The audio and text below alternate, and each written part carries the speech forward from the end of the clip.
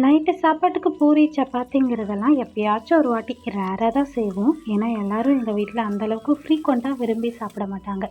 இன்றைக்கி என்னவோ எங்கள் வீட்டுக்காரங்க நைட்டு நல்லா வாய்க்கு ருசியாக சாப்பிட்ணும் போல இருக்குது, பூரியும் சன்னா மசாலாவும் செஞ்சு கொடுன்னு சொன்னாங்க. சரின்னு நானும் மதியம் போலவே கடலையெல்லாம் ஊற வச்சு ரெடி பண்ண ஆரம்பிச்சிட்டேன். ஏன் நேரமோ என்னவோ சாயந்தரம் 5 மணிக்கு நின்ன கரண்ட்டு ரொம்ப நேரம் ஆகியும் வரவே இல்லை. இதுக்கு மேலேயும் பார்த்தா வேலைக்கு ஆகாதுன்னு சொல்லிட்டு வெங்காயம் தக்காளி எல்லாம் அரைக்க வேண்டாம், வணக்கியே செஞ்சிடலான்னு சொல்லிட்டு ரெடி பண்ண ஆரம்பிச்சிட்டேன். எப்போ எப்படி செஞ்சாலும் சில ரெசிபிஸ்லாம் நமக்கு சொதப்பாது, நம்மளை கைவிடாதுங்கிற மாதிரி இருக்கும் இல்லையா? அந்த மாதிரி லிஸ்ட்டில் எனக்கு சன்னா மசாலா எப்போவுமே அது எனக்கு சொதப்பினதில்லை. அதனால கொஞ்சம் ஓவர் கான்ஃபிடென்ட்டாக செஞ்சுட்டேனோ என்னவோ தெரியல. எல்லாமே கரெக்டாக வந்துருச்சு. ஆனால் லாஸ்ட்டில் டேஸ்ட் பண்ணி பார்த்தா கொஞ்சம் உப்பு அதிகமாக இருந்துச்சு. இவங்க வாய்க்கு ருசியாக சாப்பிட்ணுன்னு சொல்லி கேட்கும்போது தான் நம்மளுக்கு இப்படி சொதப்பணும். அப்புறம் என்ன பண்ணுறது?